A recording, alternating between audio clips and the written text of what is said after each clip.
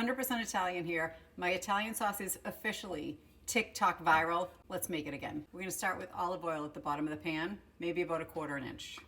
Every time I make this, you guys, it might be a little bit different because we're Italian. We don't write down recipes. 3 cans of tomatoes today, so we're gonna do 3 onions. We're gonna puree them into this.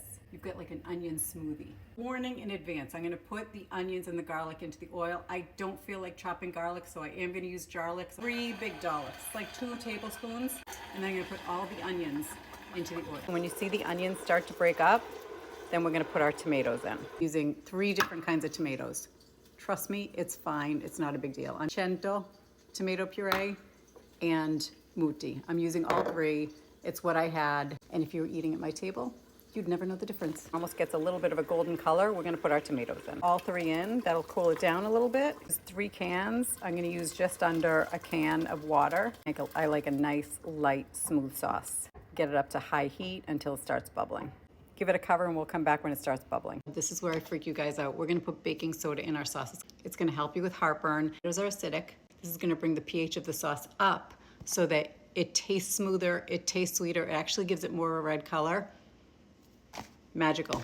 If you haven't tried this yet, this is why my sauce is famous. Boiling is happening. You're gonna start off with about a teaspoon and a half, and you're gonna get that into the sauce. You're gonna see all of this foaming and bubbling happening, and that is the chemical reaction that you need. Stir it all in. I know some of you guys do sugar and carrots. That's just actually masking the flavor. Baking soda is actually correcting it. Now we're gonna put our flash fried meatballs in here. If you want that recipe, you can go get it. I just posted it. And we're gonna put this in here and we're gonna let that cook. These are just flash fried, they're not completely cooked. So you wanna let this cook for a good hour with the meat in it. Cover it to keep the moisture. Once it's been cooking for about an hour, you're gonna add fresh basil.